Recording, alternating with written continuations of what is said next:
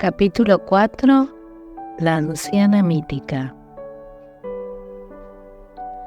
En los mitos y en los cuentos hay muchos tipos de abuelitas. Las hay distantes, que tratan de consumir las fuerzas vitales de sus parientes, como en un cuento proveniente de Europa del Este, en el que las chupasangres buscan primero alimento en sus familias, sus hijos y los hijos de sus hijos, para compensar sus luces menguantes, su vacío y sus elecciones erróneas. Hay abuelas extravagantes que tienen el pelo verde, las pestañas turquesas y un zapato de cada color, y que viajan por el mundo para conseguir que las niñitas entiendan que son hermosas. También están las abuelas de delantal, que lo saben todo sobre las comilonas y las hambrunas, y que llevan consigo alimento para el cuerpo y el alma.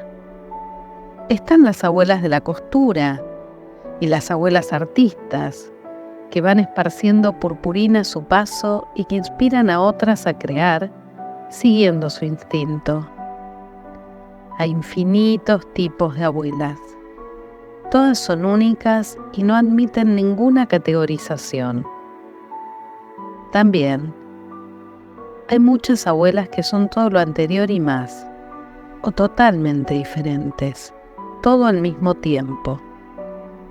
Cualquier atributo que una mujer posea a los 20 años, como la inteligencia, la dulzura, la sinceridad, la sensualidad o la ternura, con el tiempo y un desarrollo ingenioso, puede duplicarse o triplicarse para cuando se convierta en mente y alma en una verdadera gran-mère. Hay una figura de este tipo que a mí me gusta mucho. La encontré en un antiguo mito de Nuevo México, en el que destaca la imagen desdibujada de una figura que parece ser lo que yo llamaría una abuela nieve. Da la sensación de que es una personificación de una abuela mítica que tiene un bigote del que cuelgan carámbanos, el pelo de punta coronado de copos y rodajes suaves, hechos de montones de nieve. Vive entre los animales y, según las historias que he oído, reconforta a los que sufren enfriando sus cuerpos. No es un espíritu de la muerte, sino más bien una fuerza que produce una anestesia temporal, que proporciona misericordia ofreciendo un respiro del dolor. Una vez la vi en persona, o eso creo. La llamaban la vieja y era una mujer muy anciana, que estaba ingresada en el hospital de un diminuto pueblo de Nuevo México, en el que estuve trabajando un tiempo. La vieja Ana padecía una fiebre muy alta, que los médicos no lograban bajar con nada de lo que le hacían. Pero se trataba de una anciana rebelde, que me describió su dolencia diciendo que era una enfermedad producida por el calor a causa de una acumulación de bilis, o sea, por un ataque de ira derivado de una disputa que había tenido con una vecina algún tiempo atrás. La vieja Ana no dejaba de pedirle a los médicos que sacaran con su silla al exterior, a la nieve. Decía que quería abrirse la bata y enseñarle los pechos al cielo. Ellos pensaron que estaba perdiendo la cabeza y que quería salir al frío helado para suicidarse. Nos dijeron a todos que la vigiláramos de cerca y que no le quitáramos la vista de encima. Es difícil saber si alguien debe recibir felicitaciones o condolencias en una situación así. Pero hay muchos casos en los que parece lo más adecuado cumplir las peticiones, o lo que sea, a veces no está tan claro, de una anciana. Son momentos en los que sabes que si no obedeces, te vas a arrepentir con toda tu alma pasados los años. Cuando la vieja Ana, con las mejillas ardientes por la fiebre, me exigió que la sacara al frío, en menos de 60 segundos yo lo estaba envolviendo con mantas de las 2 camas, agarrándole en volandas para subirla a su silla de ruedas, que ella llamaba la silla voladora, y sacándola a escondidas por la puerta lateral. Ella iba muy erguida bajo las mantas que iban arrastrando. Cubrían su cuerpo desnudo. Debajo solo llevaba una de esas batas de algodón azul pálido con estampado de tostadoras y tazas de café, que era obvio que ya se había visto sometida a demasiados lavados. Cuando la saqué bajo el cielo azul oscuro, cubierto de estrellas, a las faldas de las oscuras montañas de la sierra, de la sangre de Cristo, noté que la vieja Ana estaba en la gloria, exultante y riendo. Pero yo solo pensaba en las empuñaduras de la silla voladora. Eran metálicas y se habían quedado heladas tan rápido que los 5000 huesos de mis manos me ardían y me dolían como si estuvieran a punto de romperse. Creí que íbamos a morir de frío ahí. Ya podía ver los titulares de los periódicos de aquella pequeña ciudad. Doble suicidio. Toda la comunidad en estado de shock. Pero a la vieja Ana no le afectaba el frío en lo más mínimo. Me pidió que la ayudara a levantarse. De hecho, me lo ordenó. «Arriba, mija», me dijo. Y así mismo, en medio de la nieve invernal, solas, ella, yo y Dios, Ana se puso de pie como un motor a punto de reventar por el esfuerzo de levantar un peso demasiado grande. Apoyándose en sus zapatos destrozados, sin medias, y con tan solo un gastado pañuelo de gasa en la cabeza. Con mucho trabajo, logró ponerse de pie, con los tobillos temblorosos, y yo pensé, vale, solo un momento más y después la siento otra vez en la silla, la envuelvo bien con las mantas y llevo su esqueleto viejo corriendo de vuelta al edificio calentito. Extendí el brazo para guiarla de nuevo hacia la silla, pero con la fuerza de 10 mujeres se giró bruscamente. Sí, bruscamente es la palabra. Con una repentina agilidad propia de una mujer de 80 años menos, soltó un chillido que lava la sangre y se abrió de un tirón la bata. Y se quedó como Dios la trajo al mundo, rodeada de hielo y nieve derretida, con las mantas envolviéndole los pies y la bata tirada en la nieve. Fue un momento impresionante en varios sentidos, porque tengo que decir con total sinceridad que en ese instante tuve que reconocer que los pechos de una anciana son algo bello y maravilloso de contemplar. Nos quedamos allí en medio del frío y del viento.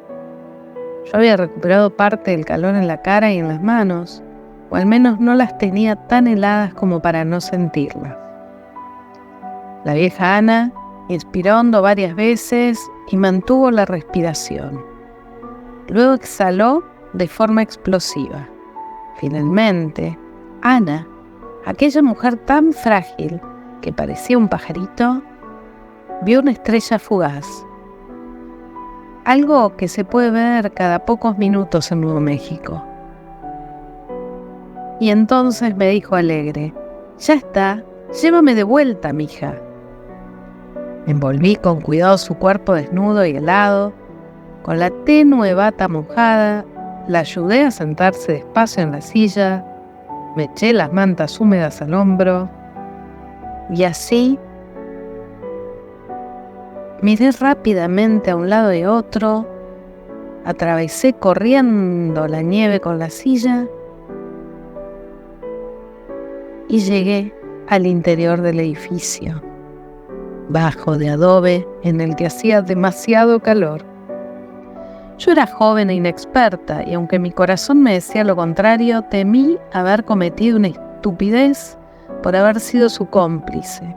Y pensé que me la iba a encontrar unas horas después, muerta en su cama a causa de una neumonía. o helada y atrapada en un largo bloque de hielo. Pero Ana no desarrolló ninguna neumonía, ni tampoco murió.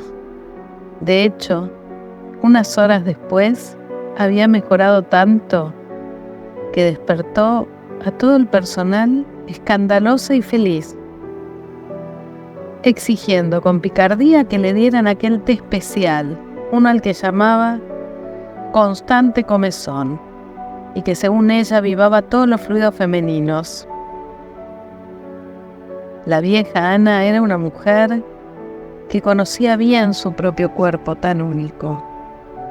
Sabía formas de bajar la fiebre que nadie más podía saber.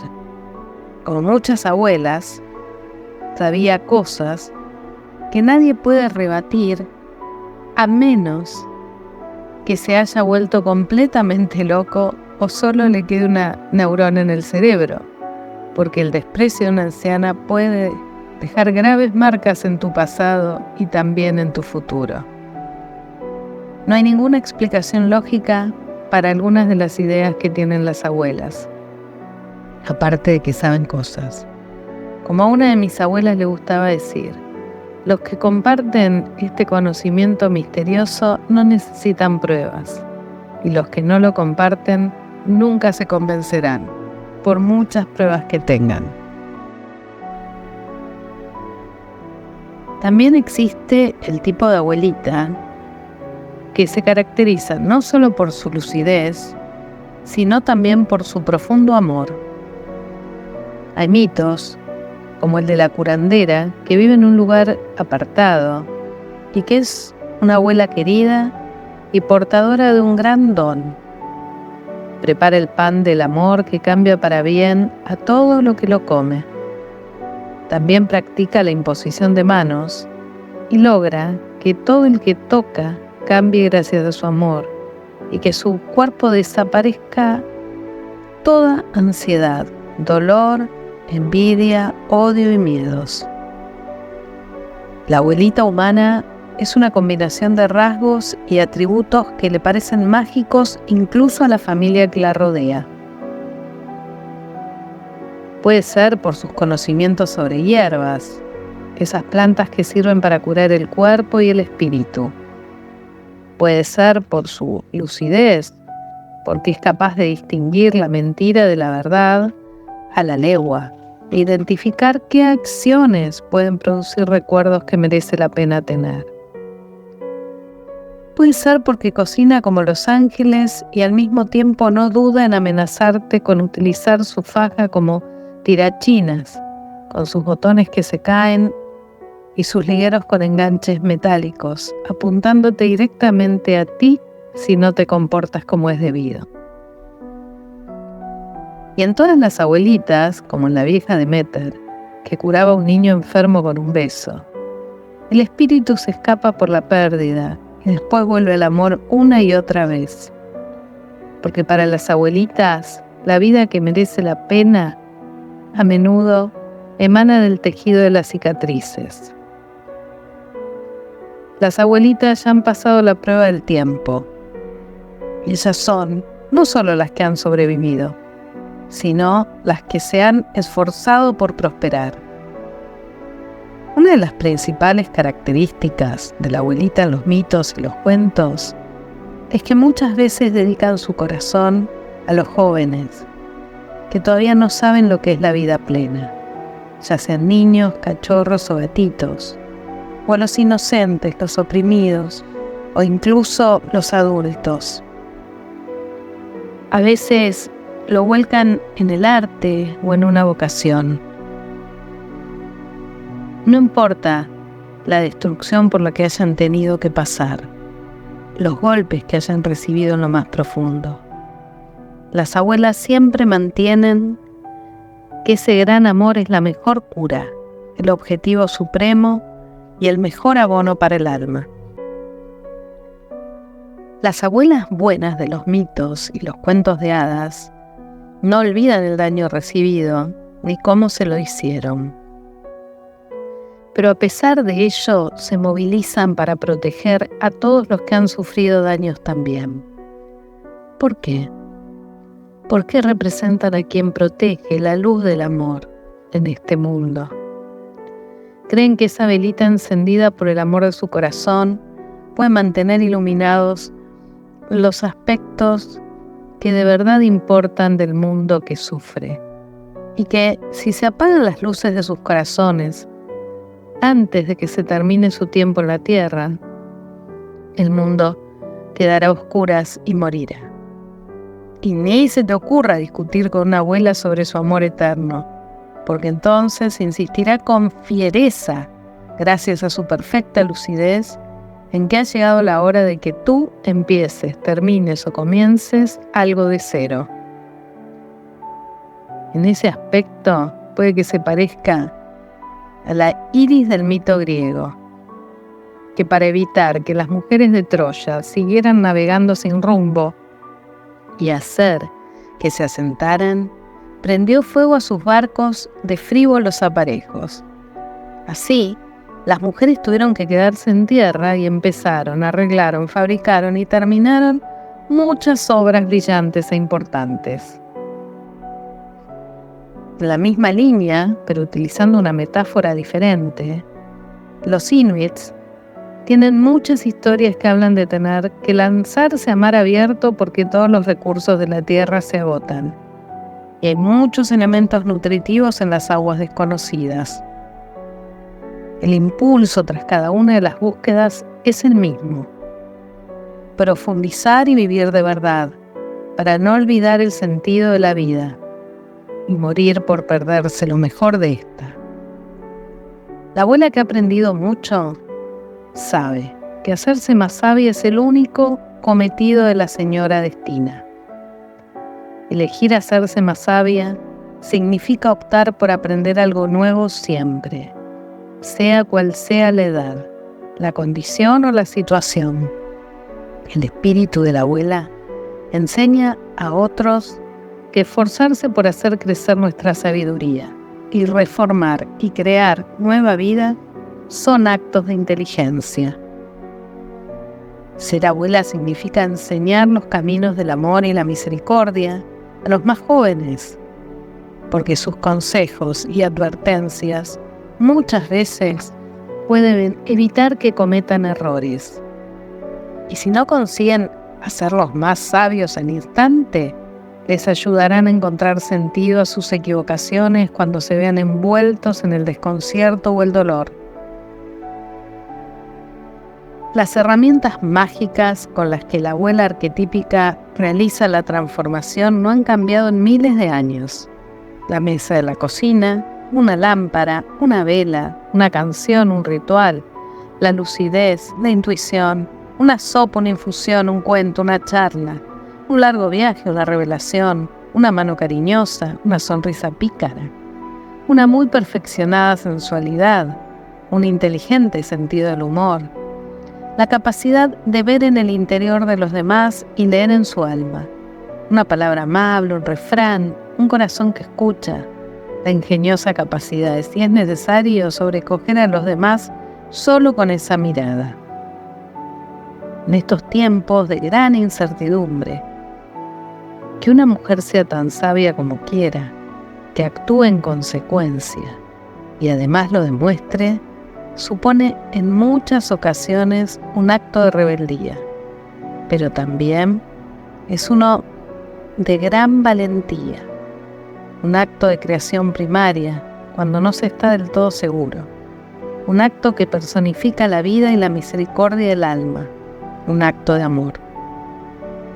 Que una mujer que siempre está aprendiendo esté constantemente reubicando sus raíces en la vida de su alma es un acto definitivo de liberación. Y enseñar a las jóvenes a hacerlo, y con jóvenes nos referimos a aquellas que saben menos o tienen menos experiencia que ella, también es un acto radical y revolucionario definitivo. Esas enseñanzas llegan así lejos, generando verdadera vida, en vez de romper la línea matrilineal viviente de la mujer sabia y rebelde que disfruta de un alma igual. La historia de quien cuenta esta historia. En alguna parte de tu árbol genealógico Hay personas como estas de las que voy a hablarte. Tú has heredado cosas de ellas. Aunque no las conocieras ni nunca las hayas visto, las ancianas, tus sabias antepasadas, están ahí. Todos venimos de un largo linaje de personas que se han convertido en faroles encendidos que se balancean en la oscuridad, iluminando su camino y el de otros. Y lo han conseguido con un "no me voy a rendir", con un imperioso "quítate de mi camino", con un profético "vale, esperaré hasta que no me veas", con un sabio "para encontrar la salida voy a ser como el agua y escapar por la grieta más pequeña", o con un sereno "agacho la cabeza y sigo avanzando, un pie delante del otro, hasta llegar a mi destino". Sus luces se mecen en la oscuridad, en nuestro interior, porque con un simple palito podemos encender nuestros fuegos a partir de los suyos e inspirarnos en lo que les inspiró a ellas. Lo hemos heredado y podemos aprender a balancear nuestras luces en la oscuridad también. Una mujer con esa luz no puede encontrar su camino con la ayuda de una vela de las estrellas. No puede permitirse no proyectar su luz para iluminar a otras también. Cuando era pequeña, en mi vida apareció un grupo de mujeres mayores que eran las ancianas más peligrosas que he conocido en mi vida. Porque cuando se vieron torturadas por fuerzas y poderes más grandes que ellas, cuando las capturaron, las apresaron y les ordenaron que se apagaran, se extinguieran y murieran, ellas decidieron vivir iluminadas por las luces de sus almas. Aunque las cercenaron de muchas formas, volvieron a crecer y florecieron como árboles en primavera. Llegaron a mi vida en forma de 4 ancianas refugiadas que bajaron de unos grandes trenes negros y cruzaron un andén envueltas en la niebla nocturna hasta el lugar donde las esperábamos emocionados. Llegaron trabajosamente hasta nosotros, encorvadas. Tenían unos edredones gruesos de plumas con cobertores rojo oscuro que llevaban atados con un cordel y cargando, colgados de sus hombros con unas cuerdas sucias, con baúles negros con la tapa curva y manchas en la madera.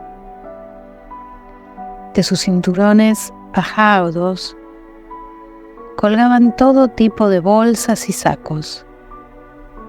Cuando se acercaron a mí, entre la niebla, vi que la rueda de madera de una rueca que llevaba la más alta de las mujeres atada a la espalda no paraba de girar. Yo tenía casi 7 años, esa edad en constante tránsito entre el exuberante mundo de los sueños de la infancia y el austero mundo de los adultos. Recuerdo que pensé que aquellas ancianas fuertes que avanzaban por el andén me recordaban a Papá Noel, aunque iban vestidas de oscuro, abriéndose paso entre el humo. Pronto me di cuenta de que tenían esa apariencia, porque además de sus baúles y sus bultos, llevaban encima todas las prendas de ropa que tenían.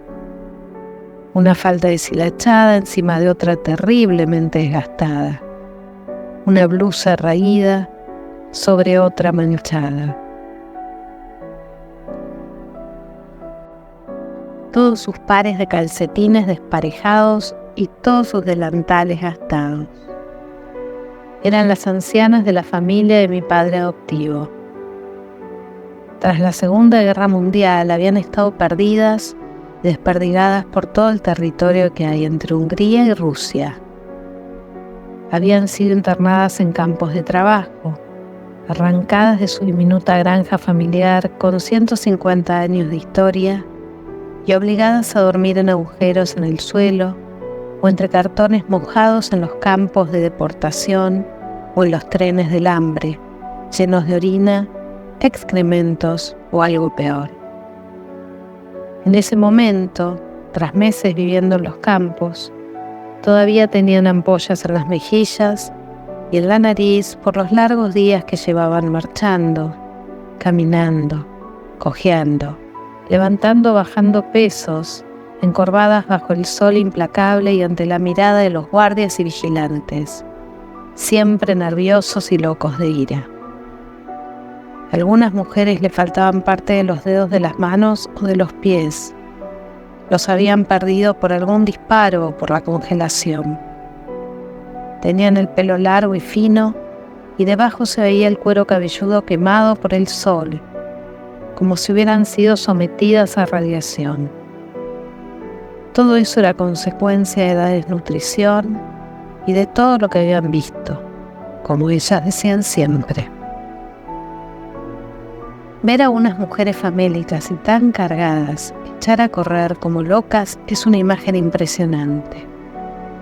Aquellas mujeres refugiadas estallaron de alegría al lanzarse a los brazos de mi padre.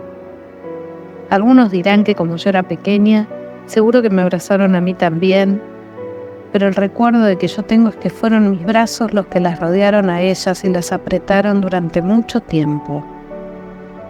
Hubo llantos, palabras murmuradas, caricias en las caras, los hombros y el pelo. Ellas creían que nosotros les estábamos salvando la vida al traerlas, para que pudieran limpiarse las heridas en la milagrosa tierra negra del Medio Oeste, donde podían empezar de nuevo una vida en paz. Lo que no sabían era que llegaban también para salvarme la vida a mí. No eran conscientes de que eran la lluvia larga, profunda y perfecta que anhelaba una niña que estaba tan desierta que casi se había convertido en polvo. Su sola presencia ya trajo riquezas. Aunque les habían arrebatado sus amados hogares, les habían arrancado a sus hijos y a sus maridos y habían acabado con sus íconos, con la satisfacción de la tela blanca que tejían, con sus lugares de culto y sus vidas en los pueblos como ellas las habían conocido, con el simple consuelo que les producía el bosque ancestral que había cerca de su casa y sus medicinas, con la capacidad de proteger a sus hijas, hijos, sus cuerpos, su privacidad y su pudor, habían conseguido mantener su yo esencial y resistente, el yo que no muere, ni ahora ni nunca.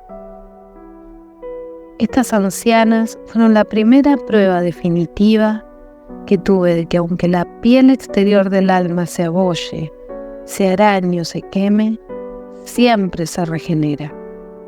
Una y otra vez, esa piel vuelve a su estado prístino.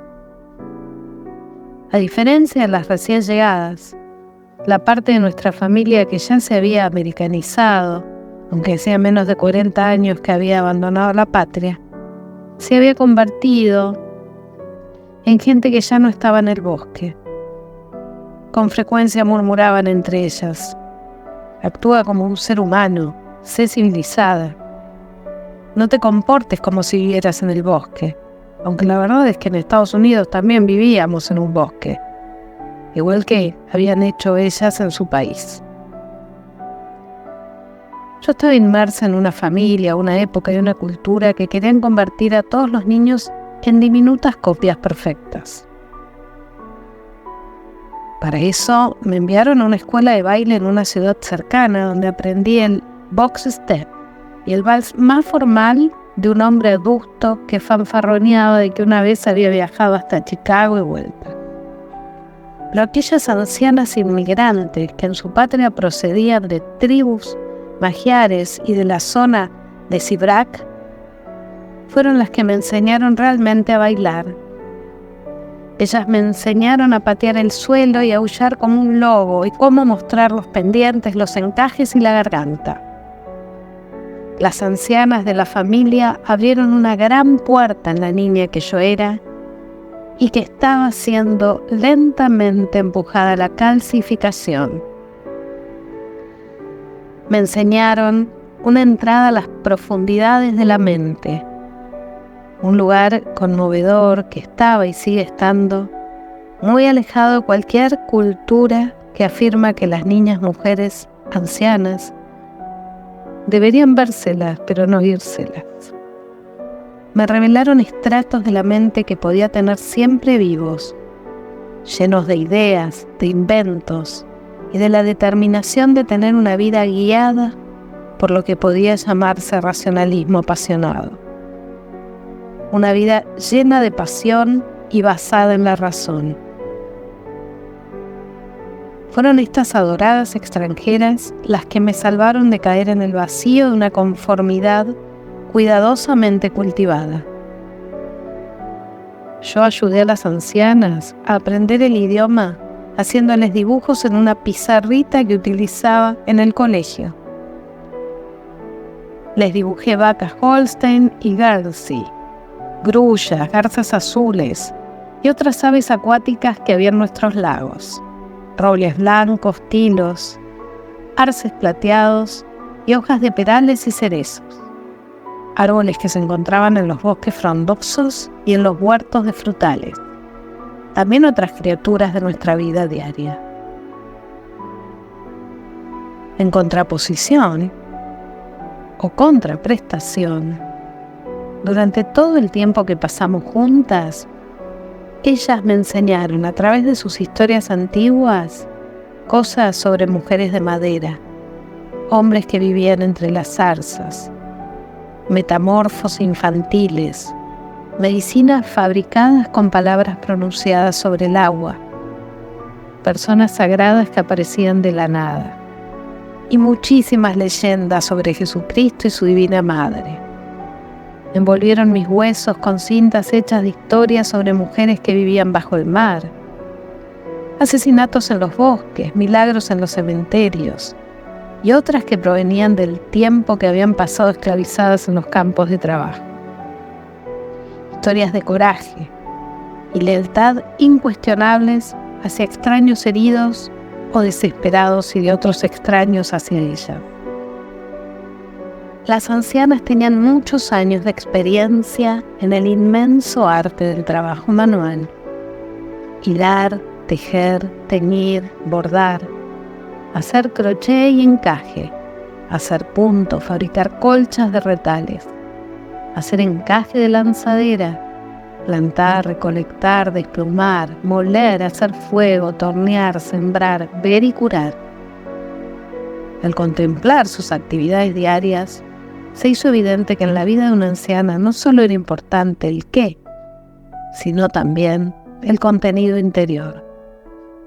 Eso que había dentro de ella, la sabiduría y el corazón que había acumulado, lo que había sembrado, en parte a propósito y en parte gracias al viento, todo lo cosechado con total conciencia. En todos sus trabajos y manualidades, las ancianas hablaban de lo importante que era cuestionar e incluso resistirse a una vida plana y ante la siempre tentadora llamada de la inacción. Ellas creían que no solo era su deber, sino también su trabajo y un placer hacer peligrar toda tiranía, reventar todos los pozos atascados y negarse a acatar cualquier orden o regla que pudiera poner en peligro o acabar con el espíritu o desmantelar las esperanzas.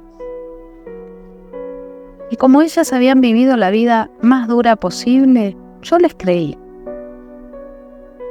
Cuando estábamos juntas, era de nuevo una mujer que vivía en los bosques. Aquellas ancianas no permanecían atontadas, corrompidas o reducidas a la nada, olvidadas para vivir o morir solas. Su instinto para las estaciones, la vida y la moral estaba intacto. No pretendo dulcificar sus vidas. Tenían pesadillas durante las que lloraban y a veces momentos repentinos de profunda agitación o tristeza silenciosa. Ellas consiguieron, a pesar de todo, hacer algo más que resistir. Ellas florecían cuando estaban ante la bondad o ante una oportunidad para mostrarla. una combinación especial que produce un elixir de curación. En su tiempo y aún en el nuestro, ha habido mujeres que se han visto mutiladas de muchas maneras, mujeres que se esperaba o a las que incluso se les ordenaba que permanecieran hundidas, que han visto quemarse la tierra que las rodeaba y han soportado que las aten, las cercenen, las quemen hasta los cimientos, las expulsen y las tiren como si fueran basura. Pero esas mujeres han resultado ser mujeres peligrosas porque han vuelto a crecer y siguen haciéndolo una y otra vez. Por eso exigen un lugar en la sociedad, en esencia cualquier lugar que deseen, porque ellas ni esperan, ni suplican, ni se deshacen en halagos con nadie, ni familia ni cultura, para que se les conceda algo así. Lo que hacen es formar un círculo, entrar en él y decir: aquí estoy. Si quieres participar, quédate cerca de mí. Si no, apártate, porque vamos a avanzar. Creo que han podido hacerlo porque en la mayoría de las ocasiones han sido justas y generosas, y porque no se han parado a regodearse en un dolor que les durara toda la vida. Han aireado su dolor ante la gente cuando ha sido necesario, pero no han ocultado ni disfrazado sus sentimientos de perdón y amor. Lo único que han tenido que hacer ha sido lanzar esa mirada, y al instante todo el mundo se ha puesto manos a la obra, deseando hacer lo que pedían. Y si han extendido los brazos, los demás han venido hacia ellos. Han tenido flaquezas y han sido, como la mayoría de las ancianas, bondadosas, imperfectamente perfectas. Pero también han sido justas, mostrando esa justicia compasiva que tiene su origen en haber sido tratadas sin compasión. Hoy que soy psicoanalista y una mujer mayor, creo, como cuando era niña, que si una mujer vive su vida plenamente, a su manera y lo mejor que puede, su vida se convierte no solo en un ejemplo, sino en un exuberante modelo para las demás. Un obsequio que las justas y las generosas le devolverán multiplicado por 1000. Nuestros modelos de conducta pueden estar muy cerca o muy lejos, pero el efecto es el mismo. Las mujeres nos volvemos gradualmente como lo que más hemos admirado y lo que tenemos en mayor estima. En las familias de los países más tradicionales, no importa la situación geográfica, como pasaba con las parcas y las gracias, la tarea asignada a las ancianas es crear nuevas tradiciones y mantenerlas antiguas. Y al hacerlo, enseñar y poner a prueba la fortaleza de las jóvenes. En nuestras familias, las ancianas nos han dejado claro que tras cada tradición, tras cada prueba, había una excelente razón, una razón del alma, y no tienen intención de dejar de hacer. Aunque hay muchas historias que podría elegir como demostración de esto, me viene a la mente la que siempre he llamado las abuelas que bailan. Es solo una muestra de cómo las ancianas se emplean a fondo en su importante tarea de transmitir el legado de lo que importa a las más jóvenes. En mi familia había ocasiones, las bodas en especial, en que las mujeres difuminaban aún más el límite entre lo que ahora podríamos denominar la realidad arquetípica interior y la realidad vital exterior.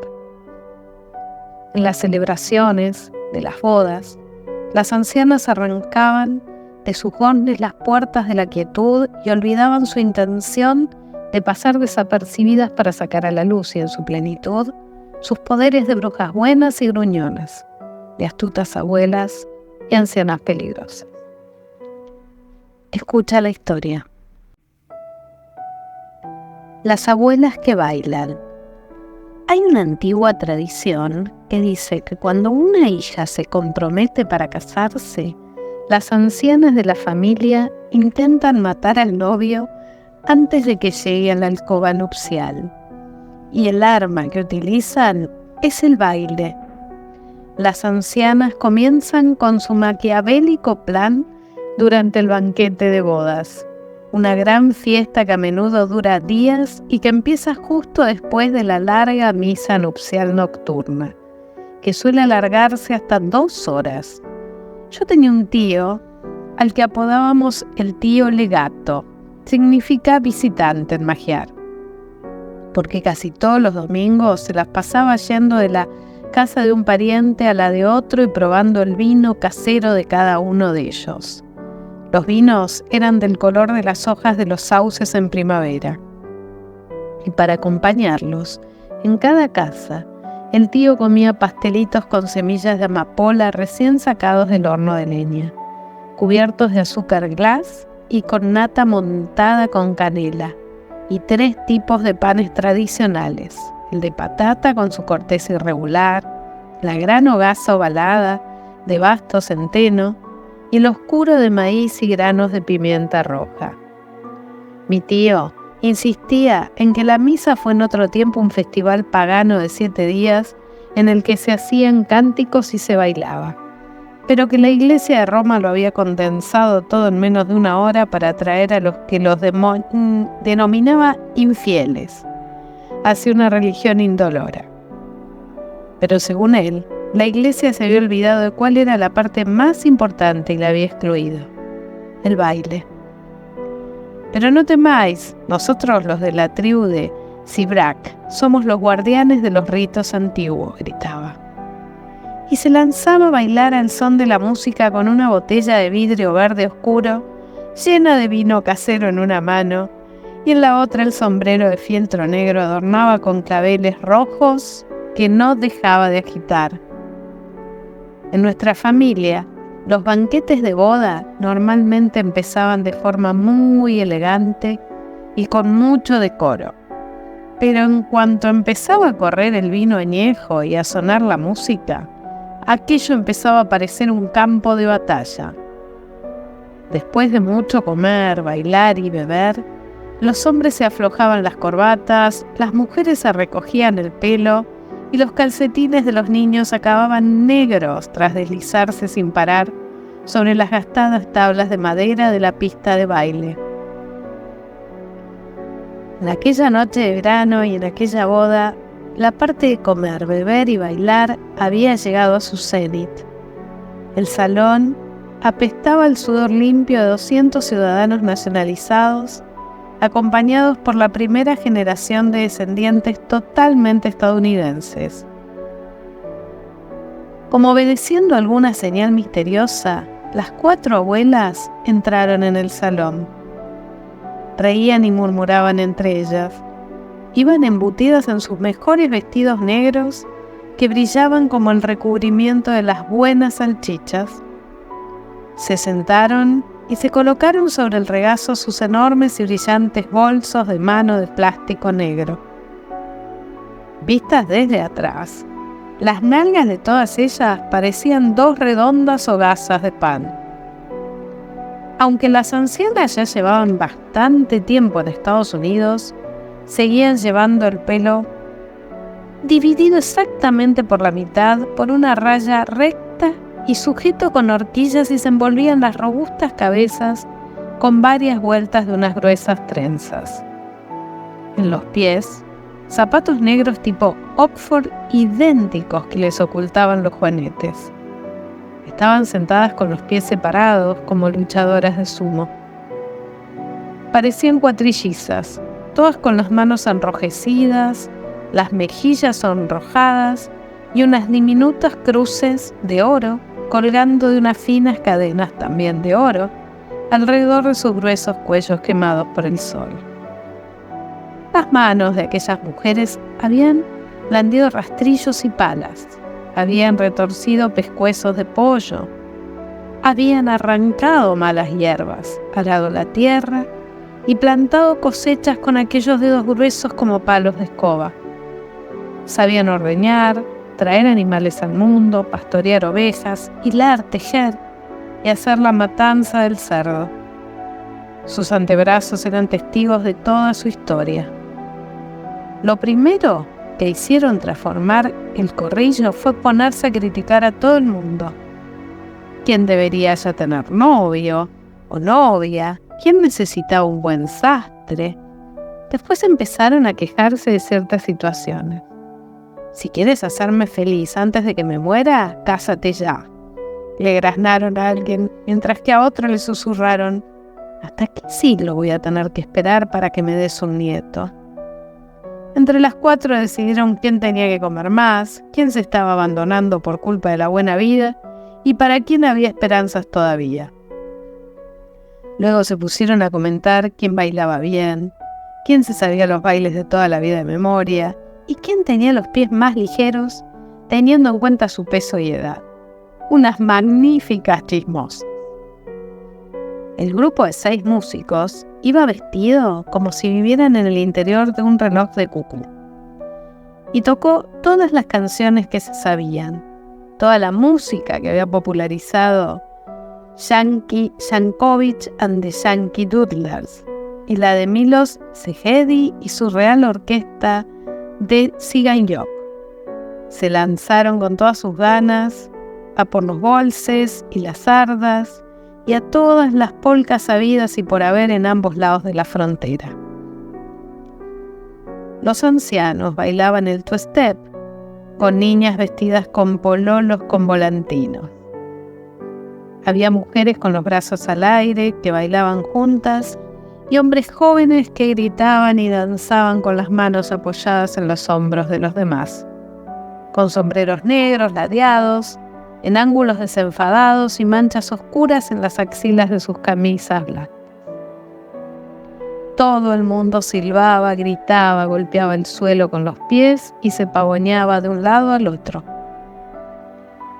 Los pendientes y las cadenas de reloj relucían, volaban los mechones de pelo, se agitaban las faldas y casi no se veía el suelo por la gran cantidad de zapatos de tacón grueso y combinaciones de encaje. Las 4 ancianas observaban todo con ojos sabios. El novio y sus amigos se les acercaron para invitarlos a bailar. Creyeron que era su deber y sin saber que al hacerlo estaban sellando el destino del novio. «Oh, no», rechazaron las ancianas y volvieron a repetir. «¿Qué? ¿Que no? No». Eran más astutas, pero permitieron que tiraran de ellas hasta ponerlas de pie. Y entonces, para sorpresa de los jóvenes, las mujeres empezaron a moverse por toda la pista, dando vueltas alrededor de ellos y del novio como si fueran osos Kodiak y de pies ligeros, danzando con unos diminutos hombres ratón. Cuando paró la música y acompañaron a las ancianas de vuelta a sus asientos, los jóvenes iban jadeando y resoplando. Antes de que se dieran cuenta, una de las abuelas agarró al novio y se lo llevó de nuevo para bailar con él. Lo arrastró por delante de ella alrededor de la pista una y otra vez. Cuando los invitados a la boda se dieron cuenta de que las ancianas estaban en la pista, empezaron a dar palmas siguiendo el ritmo y a gritar y chillar para animarlas. Pero ellas gritaban con más fuerza. El novio intentó zafarse tras acompañar otra vez a su sitio a la segunda abuela, pero la tercera lo interceptó y lo llevó de acá para allá, como un montoncito de nieve delante de una quitanieves. Finalmente, dejó lo que quedaba de él en manos de la cuarta abuela, y así aparecieron más jóvenes para bailar con las ancianas, y la dinámica continuó. Las ancianas se movían muy bien y con energía. El segundo grupo de jóvenes también quedó exhausto, y así aparecieron nuevos voluntarios. Las ancianas agotaron también a ese grupo de jóvenes. La multitud se volvió loca de alegría. A todos les ardían las manos de dar palmas, los pies de golpear el suelo. Continuaron. Todos daban brincos por el escenario, sin dejar de golpear ni de rasgar las cuerdas del violín. Las abuelas pudieron con 24 jóvenes, 25 contando al novio.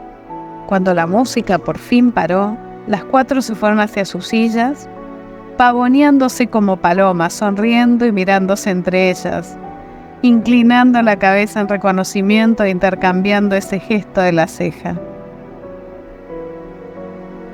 Sacaron de sus descomunales escotes unos pañuelos con puntillas de crochet hechas a mano y con mucha delicadeza se enjugaron una leve capa de sudor. Los jóvenes, que tenían río cayéndoles por las caras y los cuerpos, no paraban de aplaudir. El novio fue hasta la barra haciendo eses con la boca abierta y las piernas como si fueran de gelatina. Sus amigos no paraban de reírse, tuvieron que sujetarlo. ¿He pasado la prueba? ¿Sigo vivo?, preguntó. La mayor de las abuelas lo consultó con las otras. Confirmaron asintiendo y llamaron a la novia para que fuera a su lado. Estaba preciosa. Toda ella parecía una blonda de encaje blanco con adornos de perlas. «Angelita», le dijeron en voz baja, «ese es tu semental, tu novio. Siempre podrás dar una buena cabalgada con él. Lo sabemos con seguridad, porque hemos puesto a prueba por ti».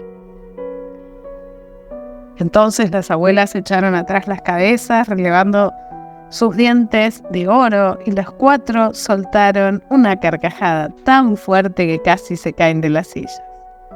La novia se puso roja y resplandeció, ruborizada pero feliz. El grupo de música empezó a tocar un vals lento y la pista de baile se llenó de parejas, entre ellas la formada por el novio medio muerto y la novia que lo atendía. Nadie que presenciara el poder, la alegría y la inteligencia de aquellas ancianas podría jamás enfermar a causa únicamente de la edad, ni tampoco sentirse mal por la sola idea de que la vejez es una época patética. Todo el mundo supo en ese momento que en los años que estaban por venir les esperaba una vida buena, digna y profunda. También sintieron que habría tristezas, decepciones y tal vez discapacidades. El baile de aquellas ancianas les provocó un fuerte anhelo de alcanzar la edad suficiente para conseguir ese tipo de poder, para tener tantas ganas de diversión, para disfrutar tanto de observar, enseñar y poner a prueba a los jóvenes, para aconsejar a los de mediana edad y sí, incluso para enterrar a los seres que habían amado con todas sus fuerzas durante sus vidas y vivirlo bastante para contar todas las historias.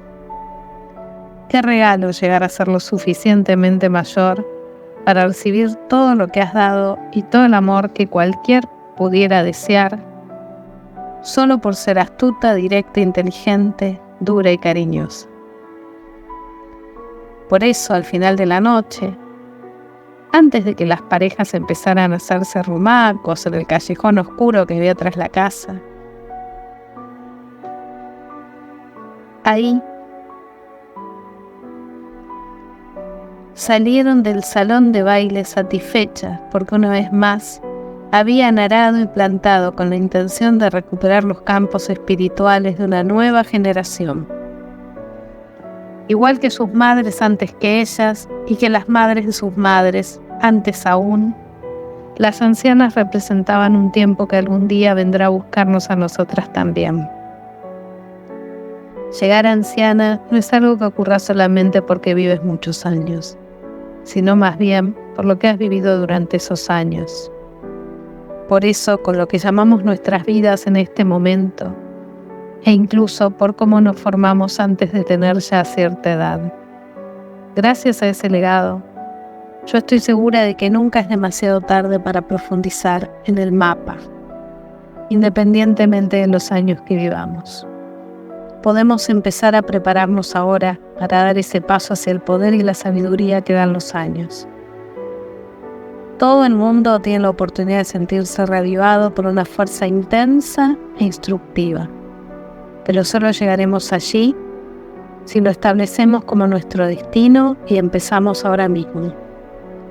A pesar de nuestros vínculos actuales, de nuestras dolencias, dolores, impactos, momentos de empoderamiento, pérdidas, ganancias, alegrías, el lugar al que queremos llegar es ese territorio mental en el que habitan los ancianos, ese sitio en el que los humanos son a la vez peligrosos y divinos, donde los animales todavía bailan, donde lo que se tala vuelve a crecer, y las ramas de los árboles viejos son las que más tiempo mantienen sus flores. La mujer oculta que cuida la chispa dorada conoce ese lugar. Ella lo sabe y tú también.